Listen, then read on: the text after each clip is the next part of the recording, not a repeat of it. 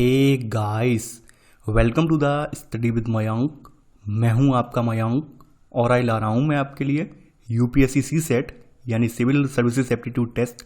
हम लोग यहां पर सी सेट के previous year question paper discuss कर रहे हैं।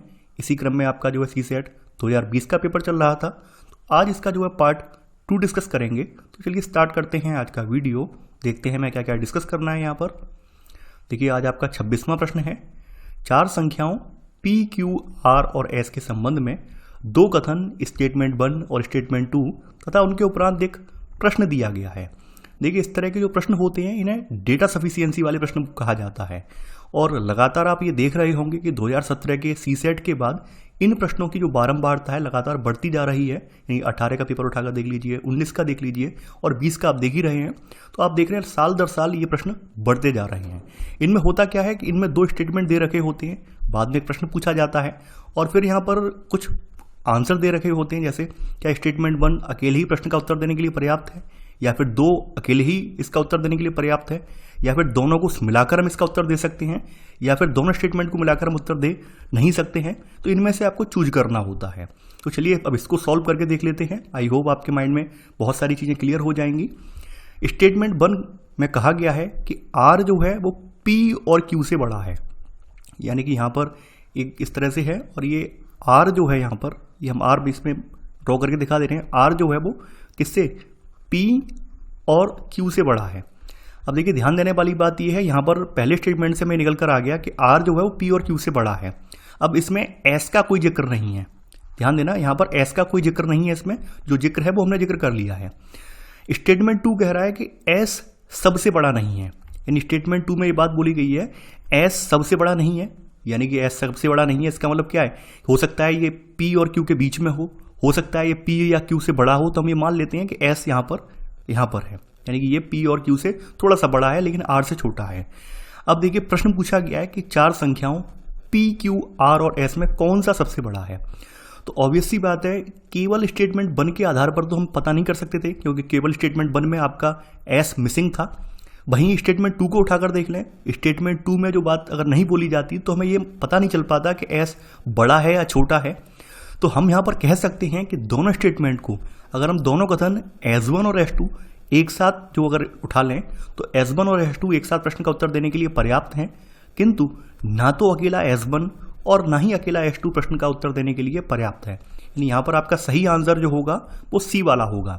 देखिए, बहुत सारे मैं देख रहा हूँ कि आपके कुछ ऑथेंटिक बुक्स हैं जिन्होंने सी सेट को सॉल्व किया है, उसमें इसका आंसर D वाला लगा दिया है, जो कि गलत है। D वाला आंसर नहीं होगा, इसका C वाला आंसर आएगा। आप खुद करके देख लीजिए, आपको पता चल जाएगा। तो 26 का आंसर होगा यहाँ पर C वाला। 27वां प्रश्न है अब आपका। 2 कथन S1 और S2 नीचे दिए गए हैं और उनके उपरांत एक प्रश्न दिया गया है। स्टेटमेंट 1, n एक अभाज्य संख्या है। देखिए, अभाज्य संख्याएं कौन सी होती हैं। अभाज्य संख्याएं यानी प्राइम नंबर्स। प्राइम नंबर्स वो नंबर होते हैं जो कि स्वयं से यानी ऐसे 2 है, ये खुद से और 1 से डिवाइड हो जाएगा। 2, 3, 5, 7, ठीक है, 11, इसके बाद 13, इसके बाद 17 और 19, ठीक है। यानी n क्या है, एक अभाज्य संख्या है। स्टेटमेंट 2 कहा गया है n को 4 से विभाजित करने पर क्या आता है, 1 शेष आता है। यानी n जो है इसको अगर हम 4 से डिवाइड कर दें तो क्या आएगा, यहाँ पर 1 शेष आता है। तो देखिए, यहाँ पर ऐसी कौन कौन से प्राइम नंबर हैं जिनको 4 से डिवाइड करने पर हमें 1 शेष मिल जाएगा। एक तो आपका 13 है, ठीक है, और दूसरा आपका 17 है। यानी इसमें आप देखेंगे, इसमें 3 बार भाग जाएगा, 12 आ जाएगा और 1 शेष बच जाएगा। इसी तरह से यहाँ पे 4 बार भाग जाएगा 4 का और 1 शेष बच जाएगा। यानी यहाँ पर 2 ऐसे हमने प्राइम नंबर ढूंढ लिए जिनमें 4 से भाग देने पर 1 शेष आ रहा है।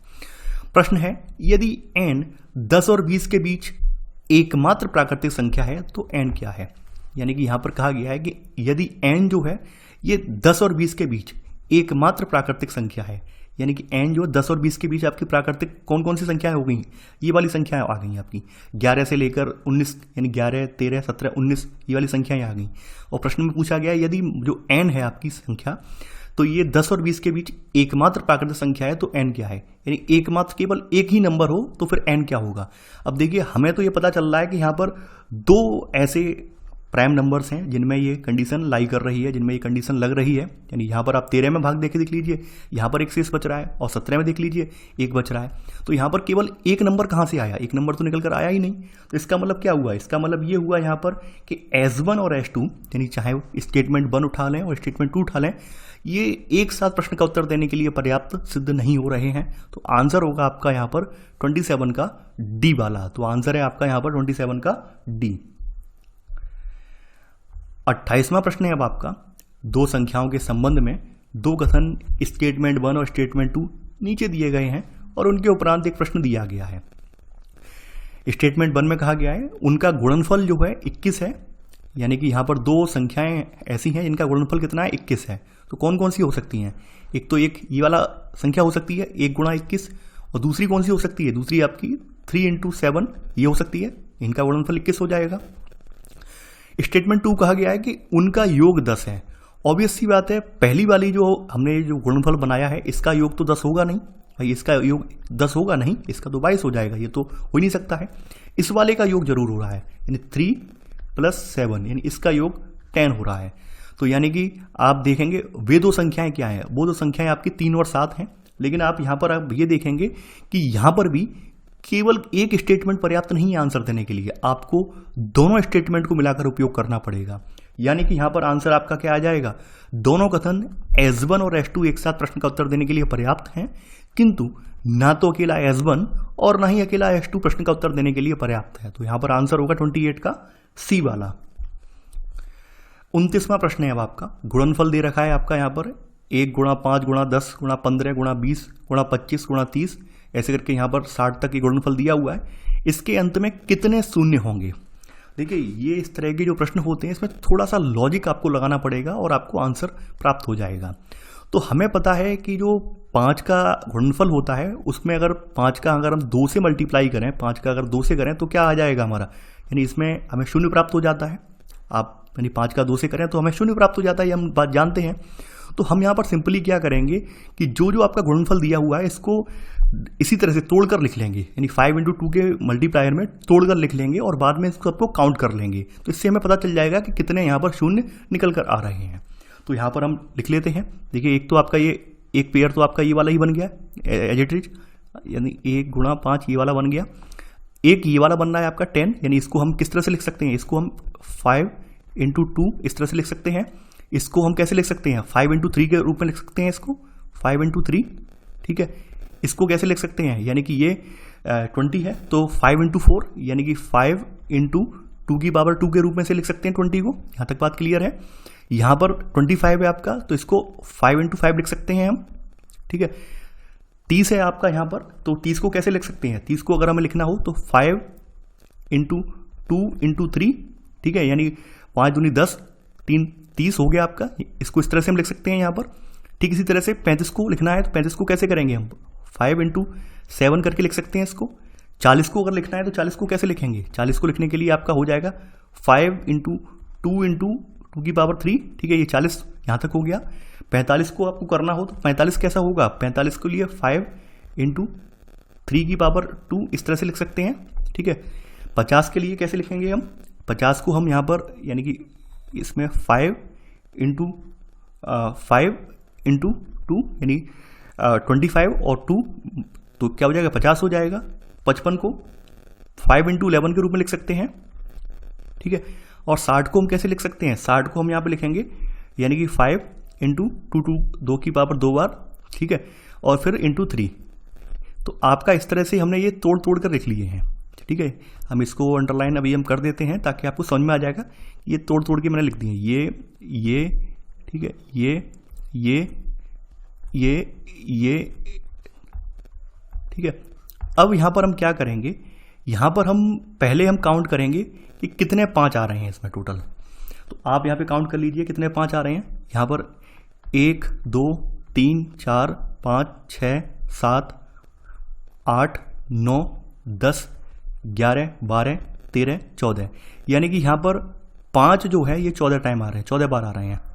इसी तरह से अब आप यहाँ पर 2 को भी काउंट कर लीजिए, 2 कितनी बार आ रहे हैं, तो 1, ठीक है, यहाँ पर 1 2 और 1 3 4 4 और 3 7, ठीक है, सॉरी फिर से मैं काउंट कर लेता हूँ यहाँ पर, 1 2 और 1 3 4, और इसके बाद 4 और 3 7, 7 के बाद 8, 8 के बाद 2 10, यानी कि ये 2 जो हैं 10 बार आ रहे हैं।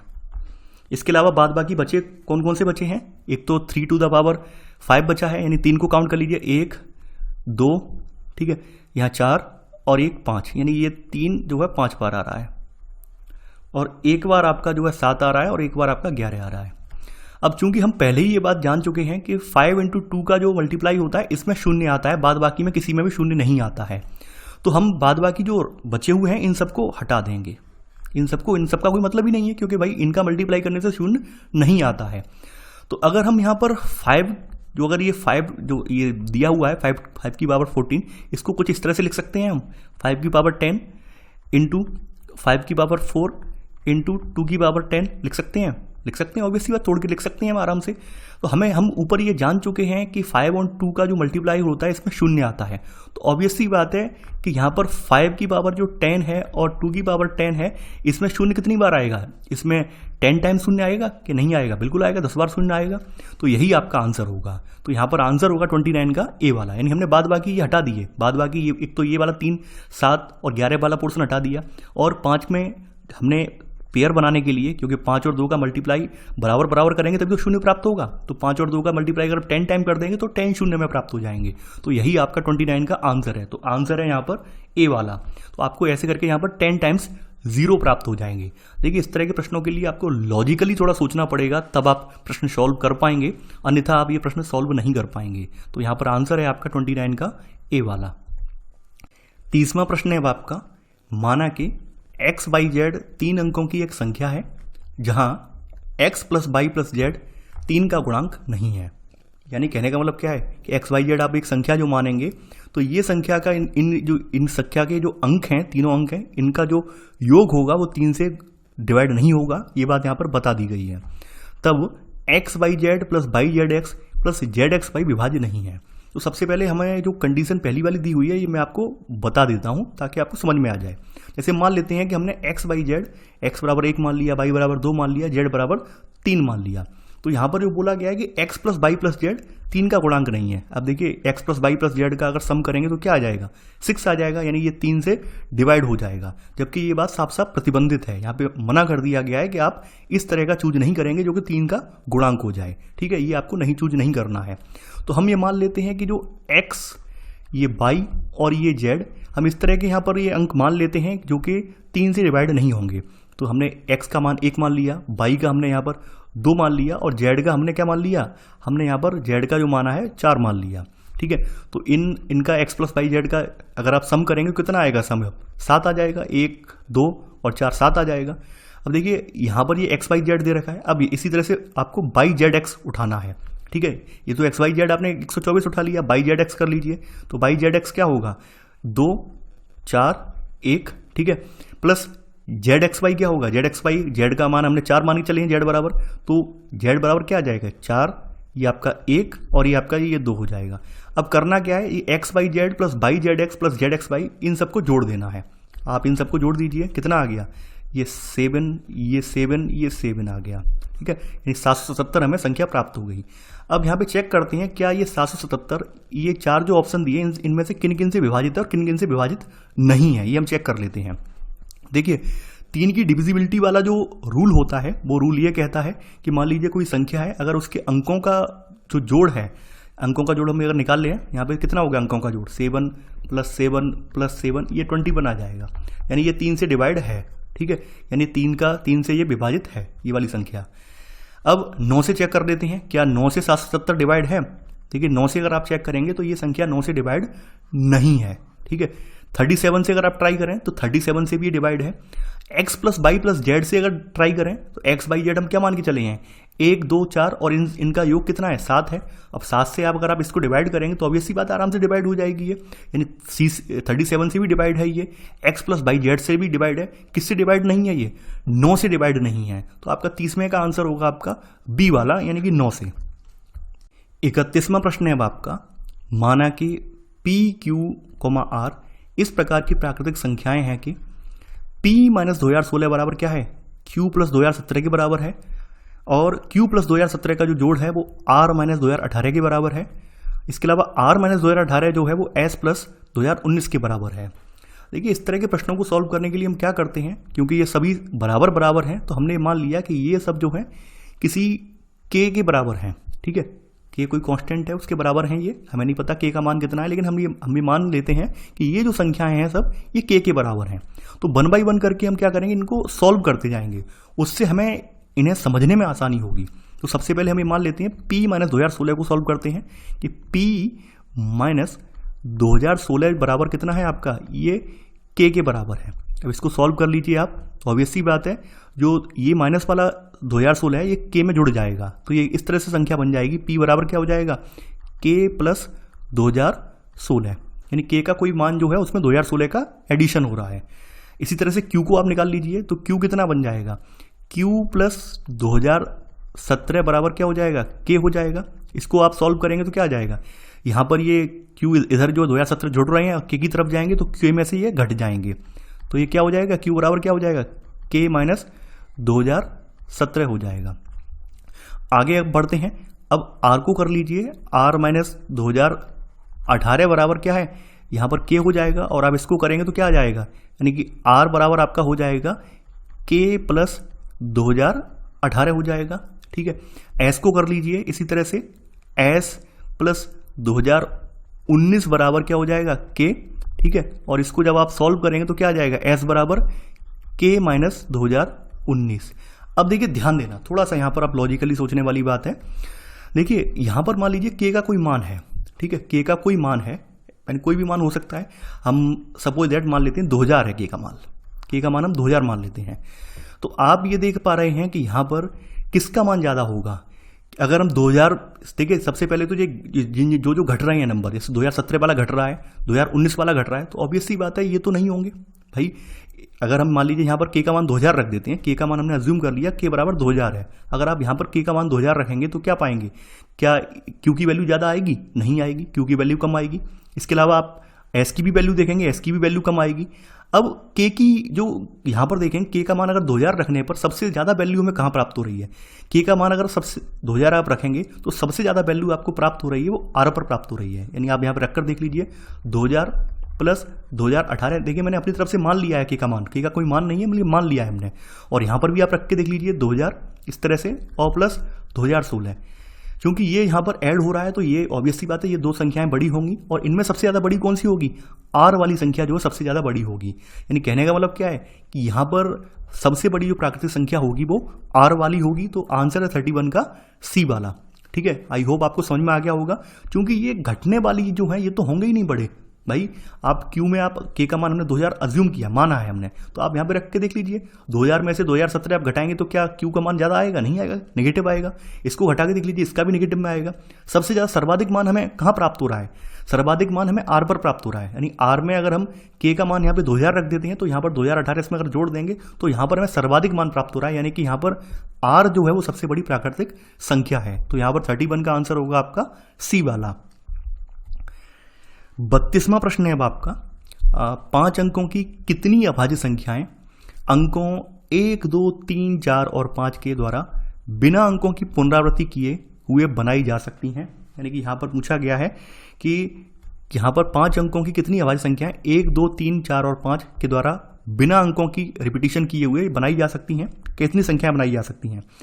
देखिए यहाँ पर अगर आप देखें तो यहाँ पर जो 3 का डिवाइड होने का जो रूल है वो अगर आप देखें तो क्या पाएंगे, 1, 2, मान लेते हैं कोई हमने एक संख्या बना ली, 1, 2, 3, 4, 5 जो अंक ये दिए हुए हैं इनके सहायता से एक संख्या हमने तैयार कर ली। अब इन सब के इस संख्या के अंकों का जो सम है, सम कितना निकल कर आ रहा है, इसका सम जो निकल कर आ रहा है वो 15 आ रहा है। ठीक है, यानी ये 15 आ रहा है, तो ऑब्वियस सी बात है ये 3 से डिवाइड है, ये 3 से डिवाइड है, ये अभाज्य संख्या ये नहीं है। आप इनकी मदद से कोई भी संख्या बना लीजिए, सबका अंकों का जो सम होगा वो यही 15 ही आएगा। भाई मान लेते हैं हमने एक को पहले स्थान पर रख दिया है, दूसरे को यहाँ पे सेकंड पर रख दिया है, हम यहाँ पे इनका ऑर्डर चेंज कर दें, लेकिन इनका जो संख्या के अंक हैं इन अंकों का सम तो 15 ही आएगा। इनका जब सम जो 15 आएगा जो कि 3 से डिवाइड है बड़े आराम से, तो ऑब्वियस सी बात है कि यहाँ पर आप अगर देखें तो एक भी संख्या यहाँ पर इस तरह से नहीं बनाई जा सकती है। यानी क्योंकि ऐसी सभी संख्याओं का योग 15 होगा, इसलिए ऐसी सभी संख्याएं 3 से अवश्य विभाजित होंगी। तो हम कह सकते हैं कि 5 अंकों की एक भी अभाज्य संख्या इन अंकों का प्रयोग करके नहीं बनाई जा सकती है। तो आंसर होगा यहां पर 32 का ए 0। 33वां प्रश्न है अब आपका, ये काफी अच्छा प्रश्न है आपका। एक व्यक्ति अपने घर के पीछे से सीधे 25 मीटर चलता है, फिर वह दाहिने मुड़कर 50 मीटर और चलता है, और फिर वह बाएं मुड़कर पुनः 25 मीटर चलता है। यदि उसके घर का मुख्य जो है पूर्व की ओर है, तो वह अपने प्रारंभिक बिंदु से किस दिशा में है। सबसे पहले दिशा ज्ञान होना बड़ा आवश्यक है आप लोगों के लिए। देखिए मैं बना देता हूँ, ये इस तरह से आपका बन गया, ठीक है। ये ईस्ट होता है, ये आपका इधर वेस्ट होता है, और ये नॉर्थ और ये साउथ है। यहाँ पे बोला गया है कि उसका घर कहाँ है, घर का मुख्य जो पूर्व की ओर है, यानी घर आपका इसका ये इस तरफ है घर, ठीक है। और ये घर के पीछे से चलना स्टार्ट करता है, यानी यहाँ कहीं से चलना स्टार्ट करता है। तो मैं बना देता हूँ, एक व्यक्ति अपने घर के पीछे से सीधे 25 मीटर चलता है, यानी हम ये मानते हैं अपना घर के पीछे से बैकग्राउंड से यहाँ से चलना स्टार्ट करता है। कितना चलता है ये, यहाँ से लेकर यहाँ तक ये 25 मीटर चलता है, 25 मीटर ये चलता है, ठीक है। फिर वह दाहिने मुड़कर, यानी अब ये यहाँ पर खड़ा है, यहाँ का दाहिना क्या होगा, यहाँ का दाहिना इसका इस तरफ होगा, तो यहाँ से ये कितना चलता है, ये 50 मीटर चलता है। ऐसे करके यहाँ से ये कितना चला है, ये यहाँ तक ये 50 मीटर चला, फिर ये बात बोली गई है। फिर वह बाएं मुड़कर 25 मीटर, फिर यहाँ से ये बाएं मुड़कर कितना चलता है, ये 25 मीटर चलता है, ठीक है। तो वह अपने प्रारंभिक बिंदु से किस दिशा में है। आप अगर प्रारंभिक बिंदु से इसकी दिशा देखेंगे तो आप ये पाएंगे ये उत्तर पश्चिम में है, यानी ये इस तरफ है, यहाँ से ये इस तरफ आ रहा है, ये आप देख पा रहे हैं, ये इस तरफ ये दिशा जो है इस तरफ ये बन रही है, यानी कि ये नॉर्थ वेस्ट जो साइड बोलते हैं, नॉर्थ वेस्ट साइड जो है ये निकल कर आ रही है, ठीक है। तो यहाँ पर आंसर होगा आपका 33 का डी वाला, उत्तर पश्चिम दिशा है ये, ठीक है। तो आंसर है यहाँ पर डी वाला। 34वां प्रश्न है अब आपका यहाँ पर, नीचे 2 कथन दिए गए हैं जिनके बाद 2 निष्कर्ष दिए गए हैं। सभी संख्याएं 2 से विभाज्य हैं, यानी सभी संख्याएं जो हैं 2 से विभाज्य हैं। और फिर आगे बोला गया है कि सभी संख्याएं जो हैं ये कितने से, ये 3 से विभाज्य हैं, ठीक है। यानी सभी संख्याएं जो हैं 2 से विभाज्य हैं, फिर बोला सभी संख्याएं 3 से विभाज्य हैं। तो ऑब्वियसली बात है, ऐसी संख्या जो 2 और 3 से विभाज्य हैं वो कौन कौन सी होंगी, 2 × 3 यानी ये 6 होगी, ठीक है। तो ये 2 से भी विभाज्य है 6, और 3 से भी विभाज्य है। निष्कर्ष, पहला निष्कर्ष बोला गया है यहाँ पर, जो पहला वाला जो स्टेटमेंट है कि सभी संख्याएं 6 से विभाज्य हैं। क्या जरूरी है कि ये सभी संख्याएं जो 2 और 3 से विभाज्य हैं क्या 6 से विभाज्य हैं? हाँ बिल्कुल होंगी भाई, जब जो संख्या 2 से भी विभाज्य 3 से भी विभाज्य है, ऑब्वियसली बात है वो 6 से भी विभाज्य होगी। तो निष्कर्ष एक तो सही है। सभी संख्याएं 4 से विभाज्य हैं, देखिए यहाँ पर सेकंड वाला निष्कर्ष सही नहीं होगा, यानी ये जरूरी नहीं है कि जो संख्याएं 2 और 3 से विभाज्य हैं वो 4 से भी विभाज्य होंगी, ये जरूरी नहीं है। तो यहाँ पर आपका केवल पहला वाला निष्कर्ष सही है, तो आंसर होगा 34 का यहाँ पर ए वाला, केवल निष्कर्ष एक सही है। 35वां प्रश्न है, देखिए ये भी काफी इंपॉर्टेंट प्रश्न है और आपको समझना होगा इसको भी अच्छे से। नीचे 2 कथन दिए गए हैं जिनके बाद 2 निष्कर्ष दिए गए हैं। कथन है सभी बिल्लियां जो हैं कुत्ते हैं, यानी कि जो भी जितनी भी बिल्ली हैं सब क्या हैं, कुत्ते हैं। तो मैं बना देता हूं, पहला एक आपका बैनर कुछ इस तरह से बनेगा, ये आपकी कैट है, ऑल कैट जो है ये क्या है, सभी कैट जो है क्या है, ये डॉग हैं, ठीक है, ये डॉग हैं, ठीक है। अगला है सभी बिल्लियां कुत्ते हैं, सभी बिल्लियां काली हैं, यानी कि इसके आगे एक इस तरह से और बन जाएगा, ये सभी जो बिल्लियां हैं कैसी हैं, ये इस तरह से और बन जाएगा, ये क्या है, ये ब्लैक है, ठीक है, यानी कि ये ब्लैक है। एक तो आपका बैनारेक एक इस तरह से बन जाएगा, एक अगला बैनारेक और बन जाएगा, यानी आपका फर्स्ट टाइप का बैनारेक है ये वाला, एक सेकंड टाइप का बैनारेक और बनेगा। यहाँ पे बोला गया है कि जो सभी बिल्लियां हैं कुत्ते हैं, तो अब ऐसी बात है आपकी जो कैट हैं ये क्या है, ये जो है डॉग हैं। यहाँ तक बात आपको समझ में आ गई होगी, ये कैट जो है ये क्या है, ये डॉग हैं, ठीक है। अब आगे जो बोली गई है वो बोला गया है सभी बिल्लियां काली हैं, तो हमने क्या किया, ये बिल्ली वाला पोर्शन है ये हमने यहां से ले लिया है इस तरह से, ठीक है, ब्लैक। यानी कहने का मतलब क्या है, सेकंड वाला जो बैनारेक है ये, ठीक है, इसमें से थोड़ा सा आपको देखने को डिफर देखने को मिलेगा, ये सेकंड टाइप का बैनारेक है। अब निष्कर्ष, पहला वाला निष्कर्ष हम चेक करते हैं, सभी कुत्ते काले हैं। अब देखिए अगर हम पहले वाले बेनारिक से ट्राई करें तो पहले वाले बेनारिक के अकॉर्डिंग तो सही निकल रहा है कि सभी कुत्ते काले हैं, लेकिन अगर सेकंड वाला बेनारिक अगर हम देखेंगे तो हम ये पाएंगे सभी कुत्ते काले नहीं हैं, बल्कि कुछ कुत्ते जो कि बिल्ली हैं वो काले हो सकते हैं। तो यहाँ पर ये पहला वाला जो निष्कर्ष है ये गलत हो जाएगा सेकंड बेनारिक के अकॉर्डिंग। अगला है सभी कुछ कुत्ते काले नहीं हैं। देखिए सेकंड वाले अगर बेनारिक में देखें तो सेकंड वाले बेनारिक में कुछ कुत्ते काले नहीं है, ये सही हो जाएगा। जबकि अगर फर्स्ट वाले बेनारिक में कुछ कुत्ते काले नहीं है इसको देखें तो ये यहाँ पे गलत हो जाएगा, यानी कि यहाँ पर निष्कर्ष सेकंड भी गलत हो जाएगा। तो यहाँ पर अगर आप सामान्य ज्ञात तथ्यों की उपेक्षा करते हुए ऊपर लिखे हुए निष्कर्षों में से अगर आप देखेंगे तो यहाँ पर आंसर आपको मिलेगा ना तो निष्कर्ष एक सही है और ना ही निष्कर्ष दूसरा है। तो यहाँ पे 35वें का आंसर होगा आपका सी वाला। 36वां प्रश्न है अब आपका, ये भी काफी अच्छा प्रश्न है। निम्नलिखित संख्याओं के अनुक्रम पर विचार कीजिए। ऊपर लिखे हुए अनुक्रम में कितनी विषम संख्याओं के बाद विषम संख्या आती है।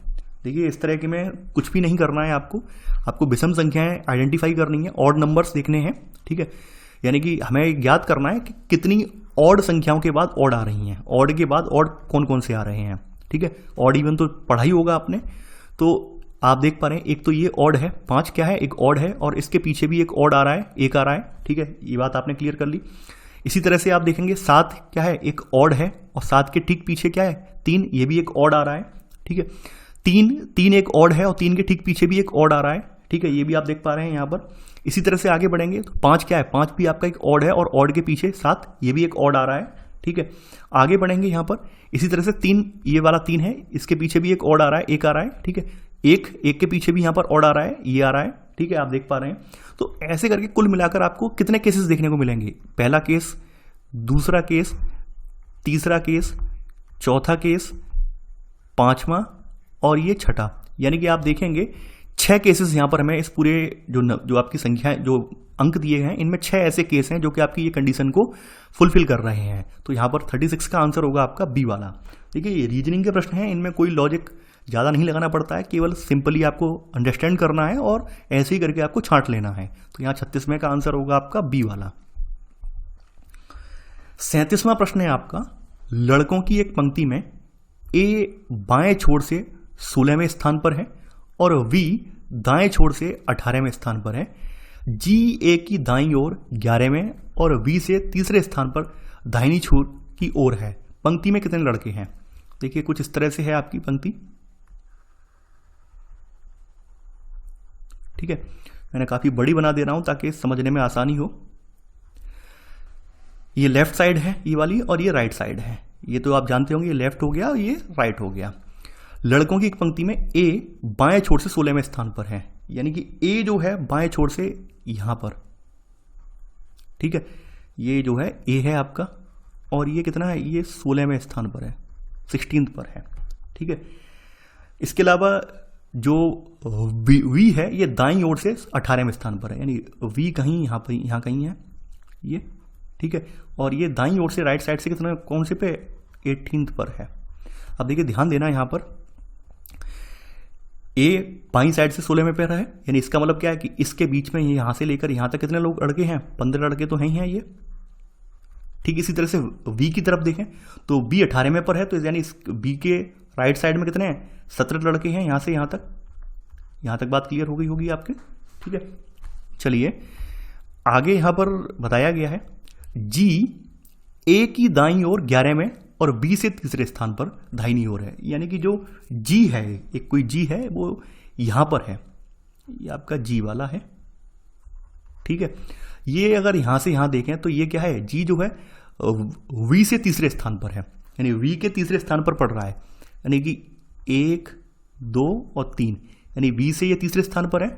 और अगर यहां से देखें तो ये 11वें स्थान पर पड़ रहा है, यानी कहने का मतलब क्या है कि यहां इसके और इसके बीच में 7 बच्चे हैं, ठीक है। यानी कि यहां पर ए और वी के बीच में 7 बच्चे हैं और ए से जी तक जाने में तब ये 7 और ये लगा देंगे 8, 9, 10, 11, तो ऐसे करके जी यहां पर ये 11वें स्थान पे पड़ जा रहा है। यहां से मैं लिख दे रहा हूं, ये यहां से ये पड़ जा रहा है कितने पे, ये 11th पे पड़ जा रहा है, ठीक है। यानी 11 का डिफरेंस आ जा रहा है। तो हमें टोटल बच्चे निकालने हैं, टोटल बच्चे कितने हो रहे हैं, तो चलिए निकाल लेते हैं टोटल बच्चे कितने हो रहे हैं आपके। देखिए यहां से लेकर यहां तक, यानी ये जो है यहाँ तक आप देखेंगे कितने बच्चे हैं, ये 16 बच्चे हैं। और ए और बी का जो डिफरेंस है इसमें कितने बच्चे निकल कर आ रहे हैं हमारे, इसमें 7 बच्चे निकल कर आ रहे हैं। यहाँ पर ये आपके 7 बच्चे निकल कर आ रहे हैं, ठीक है। अब यहाँ से आप अगर चेक करें तो यहाँ पर कितने बच्चे हैं टोटल, ये आपके 18 बच्चे निकल रहे हैं। तो इन सबको जोड़ दीजिए, 16, 7 और 18, इनको आप जोड़ेंगे तो कितना प्राप्त होगा, आपको जोड़ने पर 41 प्राप्त होगा। यानी कि यहाँ पर इस पूरी लाइन में 41 लड़के हैं। तो आंसर होगा 37 का आपका बी वाला। देखिए बड़ा सिंपल है, कुछ भी नहीं है, आपको बस अच्छे से डायग्राम को ड्रॉ करना है, समझते जाना है और कुछ भी यहाँ पर लॉजिक नहीं है, तो आंसर आपको प्राप्त हो जाएगा। 38वां प्रश्न है अब आपका, 3 कथन यहाँ पर दिए हुए हैं आपके सामने, S1, S2 और S3 नीचे दिए गए हैं, जिनके उपरांत एक प्रश्न है। S1 में बोला गया है कि जो C है ये D से छोटा पर A और B से बड़ा है। यानी C जो है ये D से छोटा है लेकिन A और B से बड़ा है। चलिए हम ड्रॉ कर लेते हैं यहाँ पर कुछ इस तरह से, ठीक है। यानी कि ये C जो है वो D से छोटा है, यानी कि D बड़ा है, ठीक है। और इससे छोटा क्या है, C है, लेकिन C जो है वो A और B से बड़ा है। C जो है ये A से भी और ये B से बड़ा है, ठीक है। ये इस तरह से आपका डायग्राम तैयार हो जाएगा। स्टेटमेंट 2, D सबसे बड़ा है। स्टेटमेंट 2 के अकॉर्डिंग क्या है, D जो है वो सबसे बड़ा है, ठीक है। स्टेटमेंट 3, A B से बड़ा है। A जो है ये किससे बड़ा है, ये B से बड़ा है, ठीक है। यानी कि कहने का मतलब क्या, A जो है ये B से बड़ा है, ठीक है। यानी कुछ इस तरह से बन जाएगा आपका, D is greater than C is greater than A is greater than B। ये आपका फाइनल तैयार हो जाएगा। A, B, C और D में से सबसे छोटा कौन है, यानी यहां पर आपको पता करना है कि इन सब में सबसे छोटा कौन है। तो ऑब्वियस सी बात है, यहां सबसे छोटा जो है वो आपका कौन सा है, ये B वाला जो है ये सबसे छोटा है। अब ध्यान देना कि क्या आपने इस प्रश्न का उत्तर प्राप्त करने के लिए किन किन स्टेटमेंट का प्रयोग किया है, या फिर ऐसा कौन सा स्टेटमेंट है जिसके बिना भी हम ये उत्तर प्राप्त कर सकते हैं। देख लेते हैं कौन सा ऐसा स्टेटमेंट है। यहां पर स्टेटमेंट 2 एक ऐसा स्टेटमेंट है जिसके बिना भी हम ये बात पता कर सकते हैं कि भाई यहां पर D सबसे बड़ा है और B सबसे छोटा है, ठीक है। यानी स्टेटमेंट 2 अगर इंक्लूड ना भी करें तो भी हम ये पता कर सकते हैं। तो यहां पर आपका 38 का आंसर होगा D वाला। स्टेटमेंट 1 और स्टेटमेंट 3 एक साथ प्रश्न का उत्तर देने के लिए पर्याप्त है। यहां पर स्टेटमेंट 2 का कोई ज्यादा रोल नहीं है, ठीक है। स्टेटमेंट 2 अगर नहीं भी होता तो भी हम ये ज्ञात कर सकते थे, किसकी सहायता से, स्टेटमेंट 1 और स्टेटमेंट 3 की सहायता से हम ये उत्तर ज्ञात कर सकते थे। तो यहाँ पर 38 का आंसर होगा यहाँ पर D वाला। देखिए आप देख रहे होंगे डेटा सफिशियंसी के कितना इंपॉर्टेंट रोल है आपका सी सेट में, तो इसको ध्यानपूर्वक आपको कंप्लीट करना है। 39वां प्रश्न है अब आपका, यहाँ पर बोला गया है 1 और 100 के मध्य कितनी ऐसी पूर्ण संख्याएं हैं जिनमें एक अंक 4 है लेकिन वे 4 से विभाज्य नहीं है। ऐसी आपको संख्याएं ढूंढनी है जिनमें एक अंक 4 है और वे 4 से विभाज्य नहीं है। ऐसी कितनी पूर्ण संख्याएं हैं, तो देख लेते हैं कौन कौन सी संख्याएं हैं। एक तो आपकी 4 है, ठीक है, 14 है, 24 है, 34 है आपकी, 44 है आपकी, 54 है आपकी, 64, 74 है, 84 है आपकी, 94 है। इसके अलावा एक 40 वाला जो पोर्शन है वो भी है। अब 40 वाले पोर्शन में 44 तो पहले लिख चुके हैं, 44 को हम छोड़ देंगे फिर।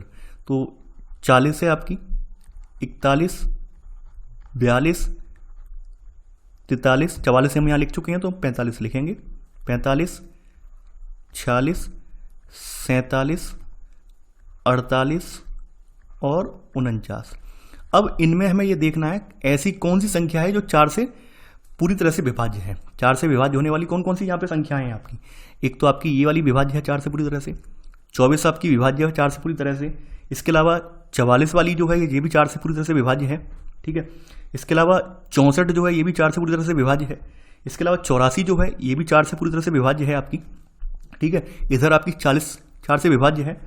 फिर आपका आगे देखें तो यहाँ पर आपका 48 जो है 4 से पूरी तरह से विभाज्य है, ठीक है। यानी ये संख्याएं आप निकल जाएंगी, ये वाली 4 से पूरी तरह से विभाज्य है। अब कितनी संख्याएं ऐसी बची हैं जो 4 से विभाज्य नहीं है, काउंट कर लीजिए।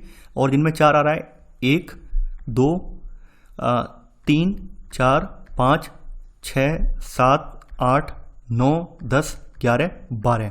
यानी टोटल 12 संख्याएं ऐसी हैं जो कि 4 से विभाज्य नहीं है। तो यहाँ पर आंसर होगा यहाँ पर 39 का सी वाला। बड़ा सिंपल है, इसमें कोई ज़्यादा लॉजिक नहीं है, ठीक है। तो आंसर है यहाँ पर 39 का सी वाला। 40वां प्रश्न है आपका, माना कि दो धातु के घनों P और Q के क्रम से x, y आयतन है, m, n क्या है, द्रव्यमान है, Q की प्रत्येक भुजा P की दोगुनी है और Q का द्रव्यमान जो है P का दोगुना है। माना कि U बराबर m/x और V बराबर n/y है, तो निम्नलिखित में से कौन सा सही है। देखिए, इस तरह के जो प्रश्न है ये मेंसुरेशन बेस्ड प्रश्न है। अगर एग्जाम में आ जाते हैं तो आप यही कोशिश करना इनको छोड़ दें, क्योंकि ऐसा नहीं है कि अगर ये क्वेश्चन में हम अटक जाएंगे तो हमारा पेपर नहीं होगा या फिर हम CSET क्वालिफाई नहीं कर पाएंगे। ऐसा कुछ भी नहीं है, आपको केवल 27 से 28 प्रश्न ही सही करने हैं। तो इस तरह के जो प्रश्न हैं, जो टाइम टेकिंग वाले हैं, उनको आप छोड़ दीजिए, इसी में भलाई है। हालांकि मैं आपको यहाँ पे समझाने का प्रयास करता हूँ और समझाऊंगा अभी इसको, ताकि जो लोग जानते हैं, जिनका मैथ अच्छा है, वो कर सकते हैं। तो देखिए, यहाँ पर हमें दो क्यूब दिए हुए हैं, P और Q। यहाँ पर कौन कौन से क्यूब हैं, आपका एक P है और दूसरा आपका क्या है, Q दिया हुआ है, ठीक है। इनका वॉल्यूम, आयतन और मास यानी कि द्रव्यमान हमें बताया गया है। P का जो वॉल्यूम है, लिख देते हैं, P का वॉल्यूम कितना है, P का वॉल्यूम आपका जो है x वॉल्यूम है, ठीक है।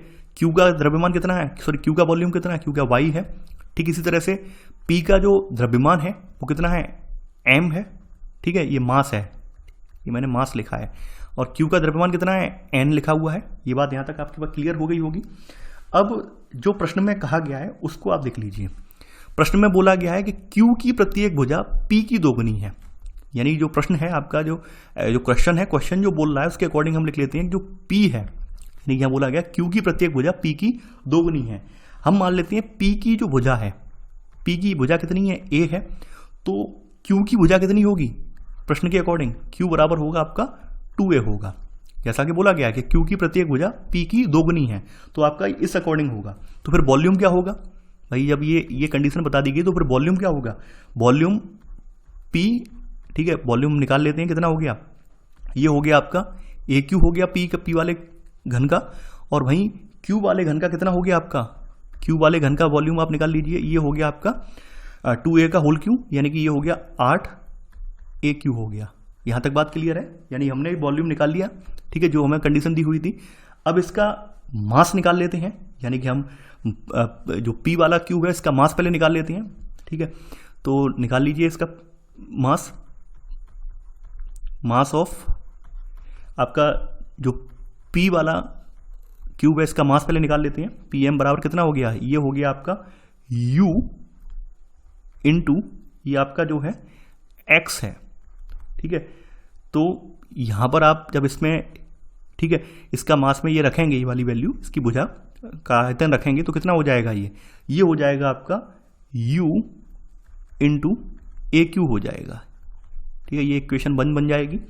इसी तरह से आप मास ऑफ QN निकालेंगे, मास ऑफ QN, तो ये आपका जो हो जाएगा, ये हो जाएगा आपका V इंटू, ठीक है, यहां पर कितना है, ये 8AQ है, तो V इंटू कितना हो जाएगा, ये 8AQ हो जाएगा। तो ये आपका बन जाएगा सेकंड।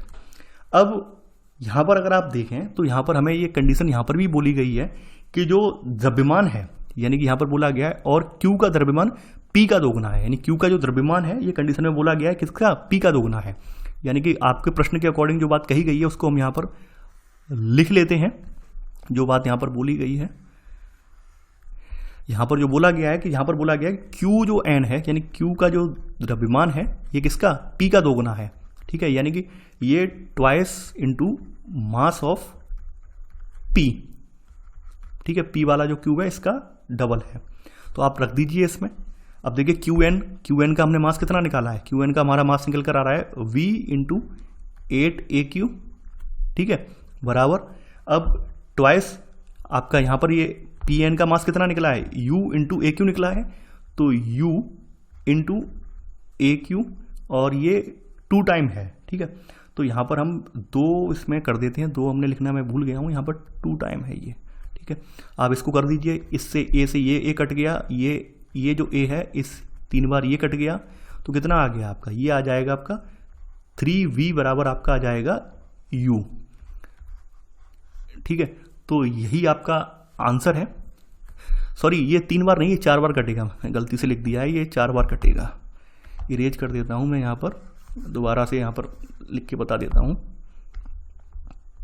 इसको जब आप करेंगे Qn में, यहाँ पर मास ऑफ Qn रखेंगे, यहाँ पर आप इसका द्रव्यमान रखेंगे, तो ये द्रव्यमान कुछ इस तरह से आ जाएगा, v इंटू 8AQ बराबर 2 इंटू मास ऑफ P, यानी कि ये कितना है यहाँ पर 2 इंटू U इंटू A3 है।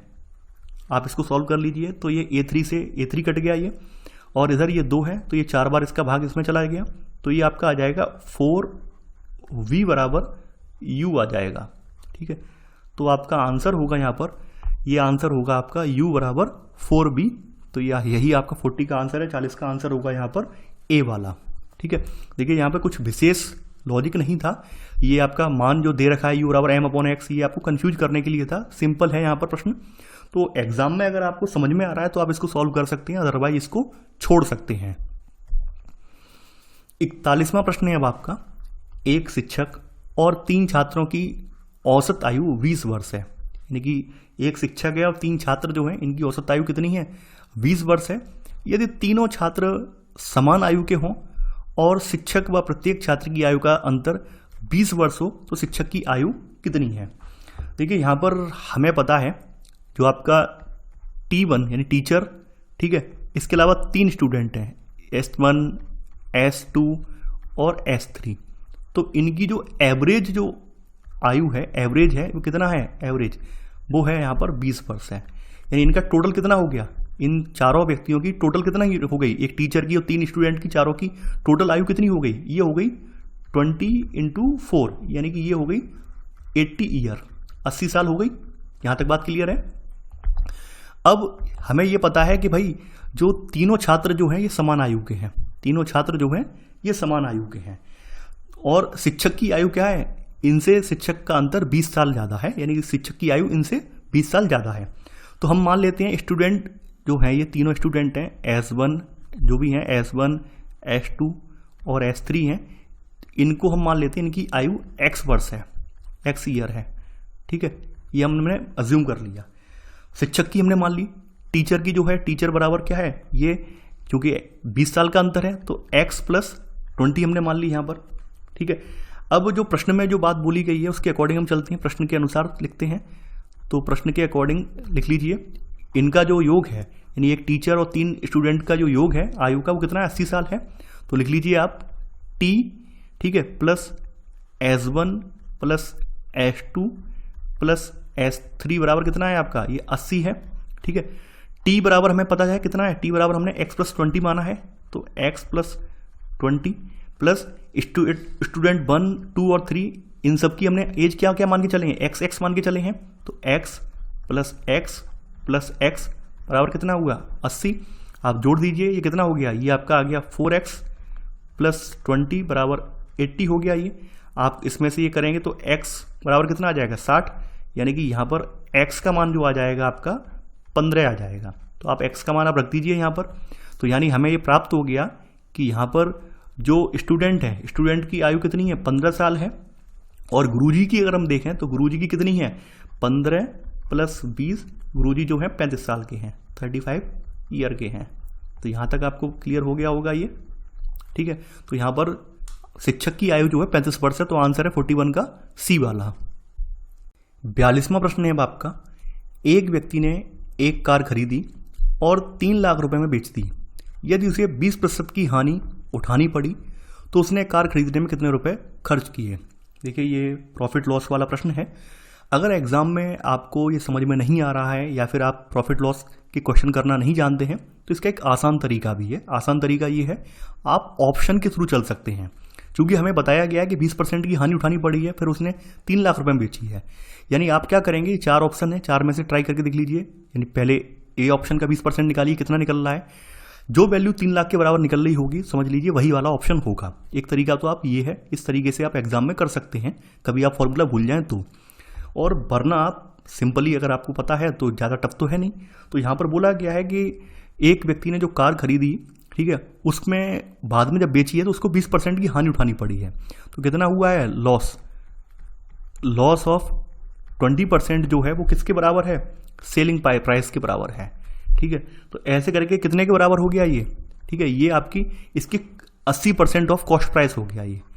ठीक है, यानी 80% ऑफ कॉस्ट प्राइस हो गया ये। इसका जो सेलिंग प्राइस था ये 20% हानि इसने उठाई है, और ये किसके बराबर है, ये आपके 80% ऑफ कॉस्ट प्राइस के बराबर हो गया। यानी कि 80% ऑफ जो सीपी है आपका इसका, ठीक है, कॉस्ट प्राइस है सीपी, ये किसके बराबर है, 3 लाख के बराबर है। 1 2 3 4 5, ठीक है। अब 100% ऑफ सीपी आप निकाल लीजिए। 100% सीपी फिर कितना होगा, कॉस्ट प्राइस कितना होगा इसका, 100% ऑफ सीपी बराबर आपका हो जाएगा यहाँ पर 3 लाख, ठीक है, अपॉन 80, ठीक है, इनटू ये आपका हो जाएगा 100। आप जब इसको सॉल्व करेंगे तो आपको आंसर प्राप्त हो जाएगा 3,75,000। ठीक है, ये आपका आंसर प्राप्त हो जाएगा। तो ज़्यादा टफ नहीं है, आसान प्रश्न है। तो आंसर है यहाँ पर 42 का डी वाला। 43वां है, योग दिया हुआ है। यहाँ पर ये इसमें प्रतीक किस अंक को दर्शाता है। देखिए, इसका भी तरीका यही है कि जो ऑप्शन दिए हुए हैं, ऑप्शन के थ्रू हम चल के देख लेते हैं। सबसे पहले हम यहाँ पे 2 रख कर देखते हैं। तो 2 प्लस इसके 1 के बाद ये फिर से वही आकृति है, तो यहाँ पर भी 2 आ जाएगा, प्लस 5 के बाद भी 2 आ जाएगा, प्लस 2 प्लस 2 1 इक्वल टू 1 2 2। क्या जोड़ने पर ही आ रहा है आपका, देख लीजिए। 2 और 2 4 और 2 6 और 2 8 और 1 9। ठीक है, इसके अलावा यहाँ पर कितना है, ये आ जाएगा आपका 5 और 1 6 और 2 8 और 2 10, यानी कि 109 बराबर 122, यानी कि पहला वाला ऑप्शन नहीं है। अब हम यहाँ पर इस आकृति के स्थान पर, प्रतीक चिन्ह के स्थान पर 3 रख के देख लेते हैं, तो कितना आएगा वो भी चेक कर लेते हैं।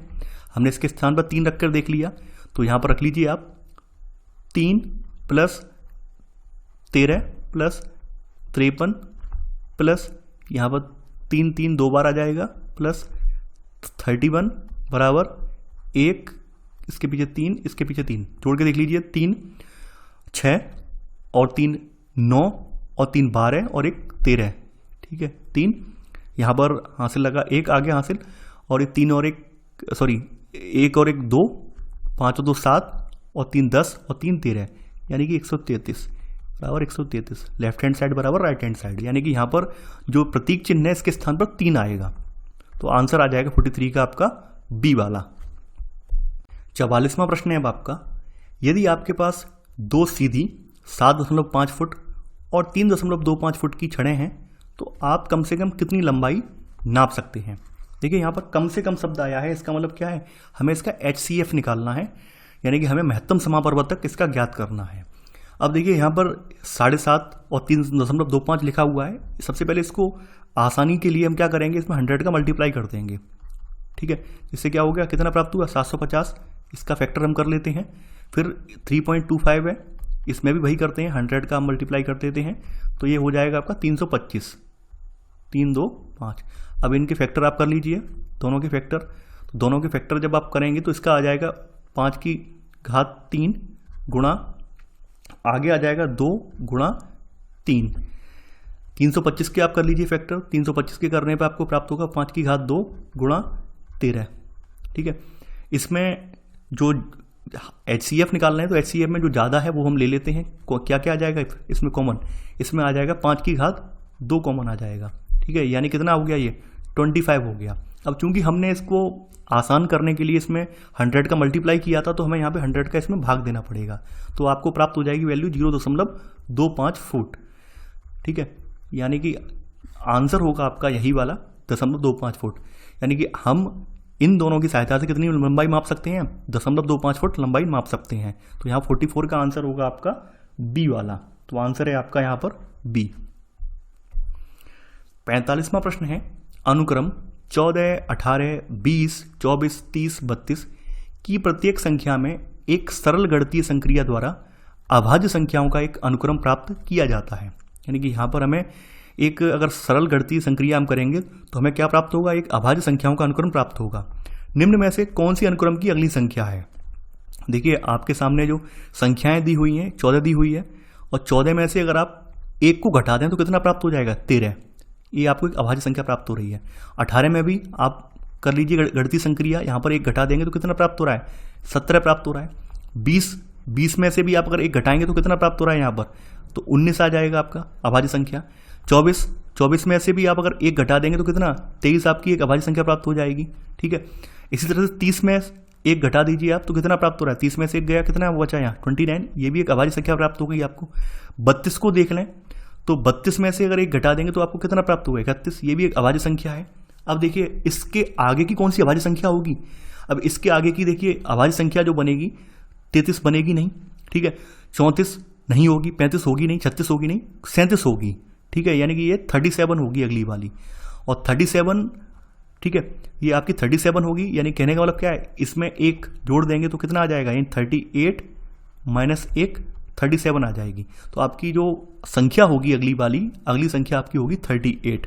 यानी इसमें से अगर आपको 1 घटाएंगे तो आपको क्या है, अभाज्य संख्या प्राप्त हो जाएगी, और वास्तविक संख्या आपकी कितनी होगी, वास्तविक संख्या आपकी 38 बनेगी। तो यही आपका 45 का आंसर है, सी वाला। 46वां प्रश्न है अब आपका, एक पुस्तिका जिसके पन्ने सामान्य रूप से हैं, पहले पन्ने की संख्या 1 से प्रारंभ करते हुए अंकित हैं, पुस्तिका से एक पन्ना फाड़ लिया जाता है, बचे हुए पन्नों पर अंकित पृष्ठ संख्याओं का योग 195 है, फटे हुए पन्ने पर निम्न में से कौन सी संख्याएं हैं। देखिए इसको थोड़ा इमेजिन करना पड़ेगा आपको, और इमेजिन करने पर आपको बहुत अच्छे से समझ में आ जाएगा। मान लीजिए कोई आपकी एक पुस्तक है, ठीक है, उसमें जो पेजेस होते हैं उन पर नंबरिंग की जाती है, हम सब जानते हैं। यानी कोई एक मान लीजिए पेज है, तो उसका पहला जो पन्ना है उस पर 1 मान लीजिए अंकित है, तो उस पेज के जो है विपरीत पन्ने पर क्या है, 2 अंकित होगा। ठीक है, ऐसी करके तो नंबरिंग होती है। और यहाँ पर बोला गया है कि ऐसी कोई पुस्तिका है, मान लीजिए नंबरिंग जो पड़ी हुई है इन सबको हमने जोड़ दिया है, लेकिन यहाँ दिक्कत ये है कि उस पुस्तिका में से कोई बीच का एक पन्ना इन्होंने फाड़ दिया है। अब पन्ना फाड़ने के उपरांत जो पुस्तिका जो इनकी है, उत्तर जो पुस्तिका है जिस पर ये नंबर पड़े हुए थे, तो इन नंबरों का योग फिर कितना आ रहा है, 195 आ रहा है। तो हमें वो फटा हुआ पन्ना आइडेंटिफाई करना है, कौन सा पन्ना फाड़ा गया है। तो देखिए इस तरह के प्रश्नों के लिए आप क्या करते हैं, सबसे पहले तो हम इसके समतुल्य यानी इसके लगभग नियर बाई वाली कोई एक अंक ढूंढते हैं जो कि ये पुस्तक में हो सकते हैं। तो देखिए यहाँ पर एक इसके लिए फॉर्मूला होता है, फॉर्मूला जिसके जरिए हम ये ज्ञात करते हैं, समेसन n बराबर 1 + 2 + 3, यानी कि n टर्म्स का योग होता है। ये समेसन n जो है वो वास्तव में n टर्म्स का योग होता है। तो समेसन n बराबर जो होता है वो होता है n + 1/2। अब देखिए हमें 195 योग दिया हुआ है, लेकिन 195 योग तब है जब हमने कोई पन्ना फाड़ लिया है, यानी पन्ना जो फाड़ा है बीच में उसका हमें नहीं पता है कौन सा नंबर है, तो उसके उपरांत जो पूरी किताब है उसके पन्नों का योग 195 निकल कर आ रहा है। तो हम इसके नियर बाई वाली कोई वैल्यू उठाकर देखते हैं। मान लेते हैं एक आपकी 20 पन्नों की एक पुस्तिका है, तो हमने यहाँ पर 20 और 20 + 1/2, ठीक है, तो यहाँ पर आप करेंगे तो 20 × 21/2, यानी कि यहाँ पर आपका आ जाएगा, ये आ जाएगा 210, यानी लगभग नियर बाई 195 की ये नियर बाई है। तो देखिए यहाँ पर आप देखें इसमें डिफरेंस कितना आ रहा है, यहाँ पर इसमें और इसमें डिफरेंस कितना है, यहाँ पर डिफरेंस 15 का है। यानी कि जो पन्ना फाड़ा गया है उस पर 7 और 8 जो है अंकित है, तभी तो उसका योग कितना हो रहा है, 15 हो रहा है, और ये 15 निकल गया है। ठीक है, तो 195 ये रह गया है। तो इसको हम कैसे कर सकते हैं सॉल्व, इसको ऐसे कर सकते हैं। देखिए यहाँ पर मान लीजिए जो कोई पन्ना है ये वाला, तो इसका पन्ने का एक साइड में x पड़ा हुआ है, तो दूसरी साइड में क्या होगा, x + 1 होगा कि नहीं होगा, बिल्कुल होगा। तो आप कर लीजिए इसको सॉल्व, x + 1 बराबर कितना है, 15 का डिफरेंस आ रहा है, क्या आ रहा है यहाँ पे, तो यहाँ पर ये 15, ठीक है, इसको सॉल्व कीजिए, कितना हो गया आपका 2x, ठीक है, + 1 बराबर कितना हो गया, ये 15 हो गया। आप जब इसको करेंगे तो कितना आ जाएगा, ये 2x बराबर आ जाएगा आपका यहाँ पर 14, x बराबर आ जाएगा 7, यानी कि एक पन्ना इसका जो 7 है और दूसरा क्या होगा, x + 1, यानी कि एक दूसरा होगा 8। यानी कि यहाँ हमने जो पन्ना जो फाड़ा है वो 7 और 8 फाड़ा है, इसकी वजह से इसका योग जो है कितना हो गया, अब 195 हो गया। वैसे अगर सब पन्ने इसमें लगे होते पुस्तिका में तो इनका योग हो रहा था 210। तो यहाँ पर आंसर 46 का होगा आपका बी वाला, 7,8। तो आंसर है 46 का बी। 47वां प्रश्न है अब आपका, निम्न विन्यास पर ध्यान दीजिए जिसमें कुछ वर्ड लुप्त हैं, लुप्त वर्ण जो कि विन्यास को पूर्ण करते हैं कौन कौन से हैं। देखिए इस तरह के प्रश्नों में कोई भी पर्टिकुलर फॉर्मूला नहीं होता है, आपको केवल चेक कर करके देखना है कौन सा यहाँ पे सूटेबल है, वही आपका यहाँ पे आंसर हो जाएगा। तो देखिए यहाँ पर आप देख रहे हैं एक पैटर्न बन रहा है ए बी, तो यहाँ पर ए आ जाएगा, तो ये आपका एक पूरा पैटर्न हो गया ए बी करके यहाँ तक पैटर्न हो गया, ठीक है। इसी तरह से इसके बाद आ जाएगा इसमें सी आ जाएगा, सी बी, ठीक है, ये हो गया यहाँ पर। और फिर से यहाँ पर आप देखेंगे यानी कि ये ए बी यहाँ तक हो गया और ये सी बी हो गया। इसके बाद यहाँ पर भी आपका जो है ये एक पैटर्न यहाँ तक पूरा हो गया, फिर यहाँ पर सी आ जाएगा इसमें सी डी, फिर ठीक है ई डी, फिर यहाँ पर भी ई आ जाएगा आपका। तो इस तरह से आपका ये आंसर होगा 47 का सी वाला, यानी कि ए बी, सी बी, फिर सी डी, फिर ई डी, ये यहाँ तक हो गया, फिर ई डी, तो आपका ये आंसर होगा 47 का सी। इस तरह के प्रश्नों के लिए आपको कुछ भी कोई यानी कह सकते हैं कोई फॉर्मूला नहीं है, आप अपना रखकर देख लीजिए, जो भी संख्याएं दी हुई हैं, जो भी वर्ड दिए हुए हैं और जो सफिशिएंट लग रहा है वही आपका आंसर हो जाएगा। तो यहाँ पर आंसर 47 का सी वाला। 48वां प्रश्न है अब आपका, माना कि A3BC और DE2F 4 अंकों की संख्याएं हैं जहां प्रत्येक वर्ड 3 से बड़े भिन्न अंक को दर्शाता है। यानी कि कहने का मतलब क्या है, इनमें से ए बी या सी जो भी हैं ये 3 से बड़े अंक हैं, ठीक है, 3 से बड़े अंकों को भिन्न अंकों को दर्शाता है, यानी हर किसी के लिए एक अंक अलॉट किया गया है। यदि संख्याओं का योग 15,902 है तो ए और डी के मानों के बीच अंतर क्या है, ठीक है, ए और डी के मानों के बीच अंतर क्या है। देखिए यहाँ पर हम आपको लिखकर बता दे रहे हैं, यानी कि ये आपकी A3, ये आपका BC एक संख्या है, ठीक है, और आपकी दूसरी संख्या कौन सी है, ये है DE2F, ठीक है। और इनका जो योग है, जोड़ है, वो जोड़ कितना बन रहा है, ये आ रहा है जोड़ 15,902 आ रहा है। तो आपको यहां पर ज्ञात करना है कौन कौन से अंक इसमें आ सकते हैं। तो देखिए हम यहां पर रख के चलते हैं, C और F, देखिए यहां पर ये 2 कब आएगा, 2 तब प्राप्त होगा, यानी कि 2 का मतलब क्या हुआ कि यहाँ पे 12 आया हो गया, तभी तो 2 रह गया और एक यहाँ पे हासिल चला गया। तो C + F, ठीक है, ये बराबर 12 है।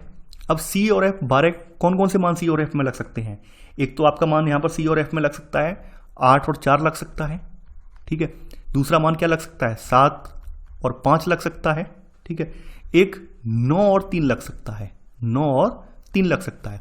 अब चूंकि कंडीशन पहली बोल दी गई है 3 से बड़े अंक हैं, तो ये वाला तो निकल गया, ये वाला तो आ ही नहीं सकता भाई, 3 से बड़े हैं तो ऑब्वियस सी बात है, 9 और 3 तो वैसे हम C और F पे रख नहीं सकते। 7 और 5 ट्राई करके देख लेते हैं। 7 और 5 हमने मान लीजिए C बराबर 7 मान लिया और F बराबर हमने 5 मान लिया, तो यहाँ पर हमारा कितना आया, 12 आया, यानी कि यहाँ पर एक हासिल यहाँ चला गया, ठीक है। अब कितना हुआ, 2 और 1 3, अब यहाँ पे 0 लाना है, तो 0 लाने का मतलब क्या हुआ कि ये B की जगह 7 मानना पड़ेगा। तो ऑब्वियस सी बात है कि 7 और 5 जो है इस वाली कंडीशन पे नहीं आएगा, इस 7 और 5 नहीं हो सकते हैं। यहाँ पर C और F का मान हम 8 और 4 मानेंगे, तब ये हमें यहाँ पर हमें प्राप्त होगा।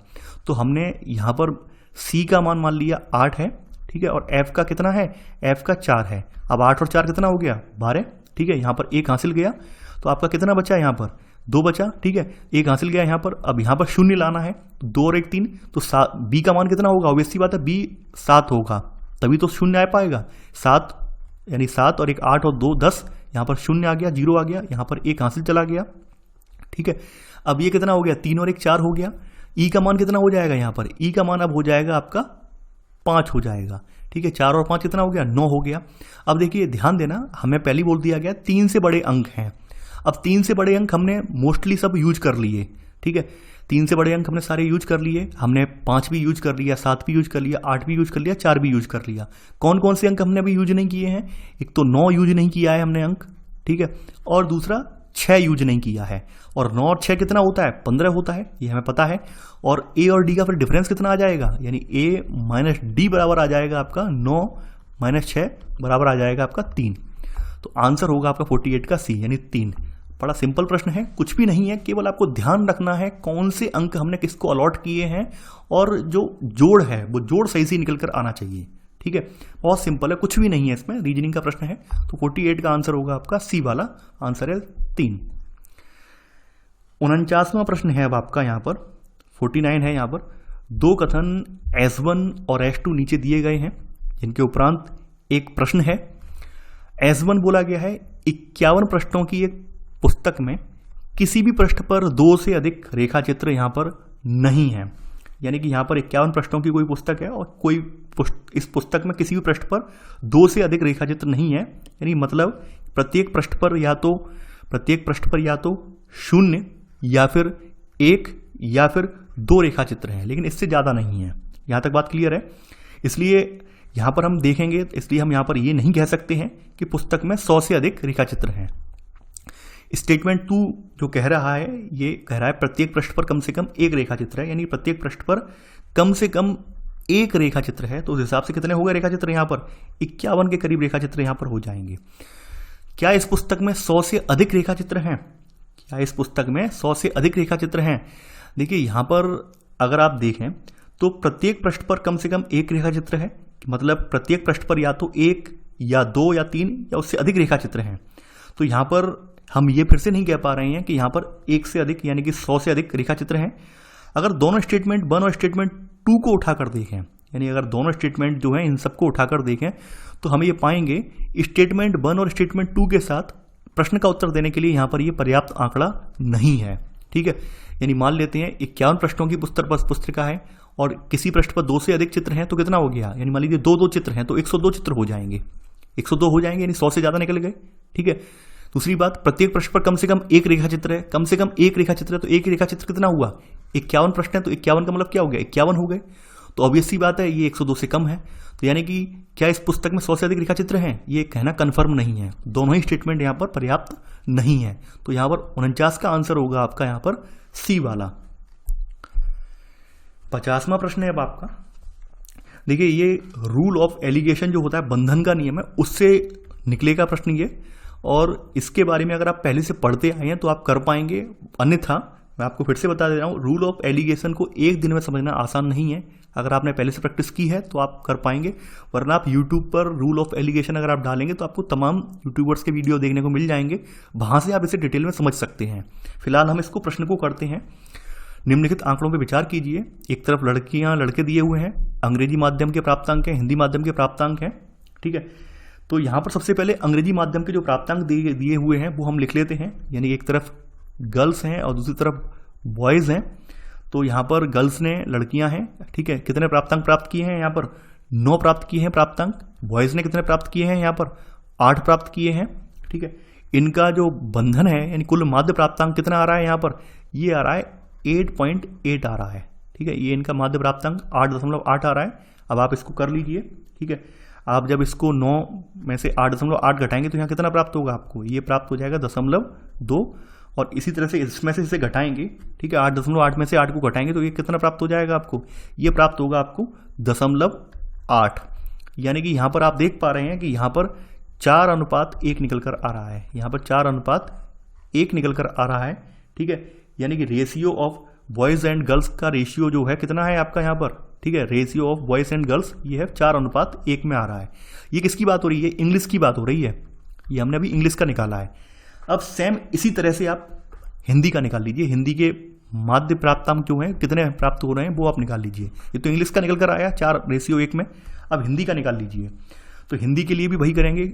ठीक है, ये गर्ल्स हैं, ये बॉयज़ हैं आपके। गर्ल्स कितनी है आपकी? 8 हैं और बॉयज़ कितने हैं? 7 हैं आपके। ठीक है, और यहाँ पर हमें इसका माध्य प्राप्तांक x ज्ञात करना है हमें। ठीक है, तो यहाँ पर आप ज्ञात कर लीजिए। हमें ये तो पता है कि जो है रूल ऑफ एलिगेशन है, बंधन का नियम है, इसमें हमें ये पता है कि इनका रेशियो है गर्ल्स और बॉयज़ का कितना है? 4:1 है। यानी यहाँ पर जो रेशियो है वो कितना होगा? 4 और 1 के अनुपात में है। तो आप इसको कर लीजिए सॉल्व। इसको जब आप सॉल्व करेंगे तो आपका कुछ इस तरह से बन जाएगा ये। यानी कि ये हो जाएगा 8 माइनस एक्स अपॉन, ठीक है, ये हो जाएगा x - 7 बराबर कितना हो गया? 1/4। जब आप इसको पूरा सॉल्व करेंगे तो आपके सामने कुछ इस तरह से प्राप्त हो जाएगी वैल्यू यहाँ पर। ठीक है, ये इधर इसका मल्टीप्लाई हो जाएगा, इसका इधर हो जाएगा। ये हो जाएगा 32 माइनस ये इसमें जब करेंगे तो ये हो जाएगा 4x बराबर ये हो जाएगा x - 7। आप इसको सॉल्व कर लीजिए। सॉल्व करने पर आपको ये प्राप्त होगा। यहाँ पर ये हो जाएगा आपका 5x बराबर ये हो जाएगा 39, यानी कि ये इधर पहुंच गया माइनस का 7, तो ये 32 और 7 कितना हो गया 39 हो गया। आप जब इसको काटेंगे x की वैल्यू प्राप्त करेंगे तो यहाँ पर x की वैल्यू आपको निकल कर आ जाएगी 7.8, यानी कि यहाँ पर आपका जो कुल माध्य प्राप्तांक है हिंदी माध्यम में प्राप्तांक का, हिंदी माध्यम का माध्य प्राप्तांक ये हो जाएगा आपका 7.8। तो यही आपका 50 का आंसर है। आंसर है यहाँ पर ए वाला। 51वां प्रश्न है अब आपका, एक परिवार की 2 पीढ़ियों के 6 सदस्य हैं, P Q R S T और यू, इनमें 3 पुरुष हैं और 3 महिलाएं हैं। उसे 2 विवाहित जोड़े और 2 अविवाहित सहोदर हैं, यानी यहाँ पर 2 जोड़े हैं, हस्बैंड वाइफ हैं, और 2 क्या है सिबलिंग्स हैं, भाई बहन हैं, या फिर भाई भाई हो सकते हैं। यू पी की पुत्री है। ये देखिए यहाँ पर फिर से मैं बता दे रहा हूँ आपको, सॉल्व करने से पहले मैं सर्कल जो है वो महिलाओं के लिए इस्तेमाल करूंगा और ये बॉक्स जो है मेल के लिए नहीं पुरुष के लिए इस्तेमाल करूंगा, ताकि आपको क्लियर हो जाए कौन क्या है। ठीक है, ये पहले बता दे रहा हूँ, ये मैं मेल के लिए इस्तेमाल करूंगा और ये मैं फीमेल के लिए इस्तेमाल करूंगा। तो यहाँ पर जो बोला गया है वो हम लिख लेते हैं, यू जो है वो पी की पुत्री है, यानी कि ये पी है आपका और यू जो है इसकी पुत्री है, यानी यू ये आ गई और यू के लिए ये सर्कल हो गया। ठीक है, ये क्या है डॉटर है, यानी पी क्या है मेल है। ठीक है, यू जो है वो पी की पुत्री है। क्यू जो है आर की सास है, यानी क्यू जो है यहां पर बोला गया है किसकी सास है, आर की सास है। तो क्यू एक महिला है, यहां तक बात क्लियर होगी, क्यू एक महिला है। ठीक है, और ये आर की सास है, यानी आर जो है यहां पर आर भी एक महिला ही है। ठीक है, आर अभी हमें पता नहीं है आर महिला है क्या है, लेकिन हमें ये बताया कि ये पी और क्यू का एक रिलेशन ये हो गया ये वाला। ठीक है, बोला गया है टी अविवाहित पुरुष है और एस एक पुरुष है। टी अविवाहित पुरुष है और एस एक पुरुष है। अब देखिए टी अविवाहित है तो ऑब्वियस सी बात है, हमें पहले बता दिया गया है कि यहां पर 2 सहोदर हैं, भाई बहन हैं, तो ऑब्वियस सी बात है टी और यू, ये जो टी और यू हैं, ठीक है, ये भाई बहन वाले हो गए। ठीक है, ये सहोदर वाले हो गए। ठीक है, यहां तक बात क्लियर है। और यहां पर जो बचा हुआ है ये आर जो बचा हुआ है, इसमें कौन अब बचा है, एस बचा है। तो एस जब एक पुरुष है यानी कि आर एक महिला हो गई और एस यहां पर एक पुरुष, ये वाला पुरुष बन गया, यानी कि एक तो ये हस्बैंड वाइफ हो गए। ठीक है, और ये इधर हस्बैंड वाइफ हो गए। ठीक है, अब देख लीजिए आप, यहां बोला गया है आर यू का पति है, आर यू का पति है, नहीं, आर यू का पति नहीं है। ठीक है, आर एस की पत्नी है, हाँ ये बिल्कुल सही है, आर एस की पत्नी है। तो 51 में का आंसर होगा आपका बी वाला, यानी कि आर जो है वो एस की पत्नी है। तो आंसर है यहां 51 का बी। 52वां प्रश्न है अब आपका यहां पर, यदि किसी विशेष वर्ष में 12 जनवरी को रविवार है तो निम्नलिखित में से कौन सा सही है। यानी मान लीजिए किसी विशेष वर्ष का मतलब क्या, लीप ईयर वाला वर्ष है, उसमें जनवरी को रविवार है, तो निम्नलिखित में से कौन सा सही है। देखिए यहां पर हम अपनी कैलकुलेशन को आसान बनाने के लिए, इजी करने के लिए क्या करते हैं, हम 12 जनवरी की जगह हम ये मान लेते हैं कि 1 जनवरी को क्या है आपका संडे है, हम ये मान लेते हैं। ठीक है, ताकि कैलकुलेशन आसानी से हो सके, हम केवल इसलिए मान रहे हैं। नहीं, हम ये मान लेते हैं कि 12 जनवरी की जगह क्या है 1 जनवरी है, और जो 12 जुलाई है ये बोला गया है तो ये इसकी जगह 1 जुलाई है। हमने ये अपनी कैलकुलेशन इजी करने के लिए ये मान लिया। ठीक है, यहां तक बात क्लियर है। विशेष वर्ष का मतलब है कि भाई यहां पर लीप वाला वर्ष होगा, तो हम देख लेते हैं कितने कितने दिन है, जनवरी, फरवरी, मार्च, अप्रैल, ठीक है, मई, जून। यहां तक बात समझ में आ गई। जनवरी में कितने दिन होते हैं, जनवरी में आपके 31 दिन होते हैं। फरवरी चूंकि विशेष वर्ष वाली है, लीप वाली है, 29 दिन हो गए यहां पर। मार्च में कितने दिन हो गए, मार्च में आपके जो है पुनः आप देखेंगे मार्च में भी 31 दिन है। अप्रैल में आपके कितने हैं, 30 दिन हो गए। मई में आपके कितने हैं, मई में आपके 31 दिन हो गए। जून में आपके कितने हैं, ये 30 दिन हो गए यहाँ पर। इन सबको जोड़ने पर आपके कितने दिन प्राप्त हो रहे हैं, 182 डेज, 182 दिन यहाँ पर आपको प्राप्त हो रहे हैं। यानी कि यहाँ पर अगर आप 7 से इसको डिवाइड करते हैं पूरी तरह से, तो आपको 7 से डिवाइड करने पर 26 वीक्स प्राप्त हो जाएंगे, पूरे 26 सप्ताह आपको प्राप्त हो जाएंगे। यानी कि यहां पर एक भी अतिरिक्त दिन नहीं है, एक भी यहां पर ऑड डेज नहीं है, यानी यहां पर 0 ऑड डेज आपको देखने को मिल रहे हैं। ठीक है, यानी कि यहां पर आपको 0 ऑड डेज देखने को मिल रहे हैं, यानी यहाँ पर एक भी ऑड दिन नहीं है। ऑड दिन का मतलब होता है अतिरिक्त दिन, अतिरिक्त दिन यहाँ पर एक भी नहीं है। यानी कहने का मतलब क्या है, कहने का मतलब ये है कि मान लेते हैं अगर 1 जनवरी को संडे है, ठीक है, 1 जनवरी को संडे है, तो ऑब्वियस सी बात है यहाँ पर जो 1 जुलाई जो होगी इसको भी संडे होगा, ठीक है। क्यों होगा, उसका रीजन मैंने दे दिया है, क्योंकि यहां पर विशेष वर्ष को अगर हम दिन को अगर जोड़ लें और दिन को जोड़ने के उपरांत हम ये देखते हैं कि यहां पर पूरे वीक निकल कर आ रहे हैं, यानी वीक पूरे अलग सेपरेट निकल गए, इनमें एक भी अतिरिक्त दिन नहीं बच रहा है। इसका मतलब क्या है, यानी 1 जनवरी को अगर संडे है तो 1 जुलाई को भी यहां पर संडे होगा। ठीक इसी तरह से अब हमने आसानी के लिए 1 जनवरी माना था, अब हम मान लेते हैं 12 जनवरी को रविवार है, तो ऑब्वियस सी बात है अगर लीप ईयर है तो यहां पर 12 जुलाई को ही रविवार होगा। तो यहां पर आंसर होगा 52वें का यहाँ पर सी वाला, यानी 12 जुलाई को रविवार है यदि वर्ष एक अधिवर्ष है, तो यहां पर 52वें का आंसर होगा आपका सी वाला। 53वां प्रश्न है अब आपका, शब्द दिल्ली के सभी अक्षरों का प्रयोग करते हुए कितने विभिन्न 5 अक्षरी शब्द जिनका कोई अर्थ हो या ना हो बनाए जा सकते हैं, जबकि प्रत्येक शब्द डी के साथ शुरू होता है और आई के साथ समाप्त होता है। देखिए ये आपका शब्द है, क्या है, दिल्ली, DELHI। तो इसमें कहने का मतलब इनका कहने का मतलब क्या है कि इसमें जो डी और आई है ये यथास्थान यही रहेंगे। आपको ये बीच के 3 ये वाले जो लेटर हैं इनको चेंज करना है, और इनको चेंज करते हुए कितने शब्द आप ऐसे बना सकते हैं, ठीक है। तो एक तो आपका यही बन गया, एक ये वाला, ठीक है। एक सेकंड क्या बन सकता है इसमें, सेकंड वाला आपका बन सकता है EHL बन सकता है यहाँ पर, ठीक है। इसके पीछे डी और ये आई लगा दीजिए, एक सेकंड ये बन सकता है आपका। अगला क्या बन सकता है आपका यहाँ पर, अगला आपका HEL बन सकता है यहाँ पर, ठीक है।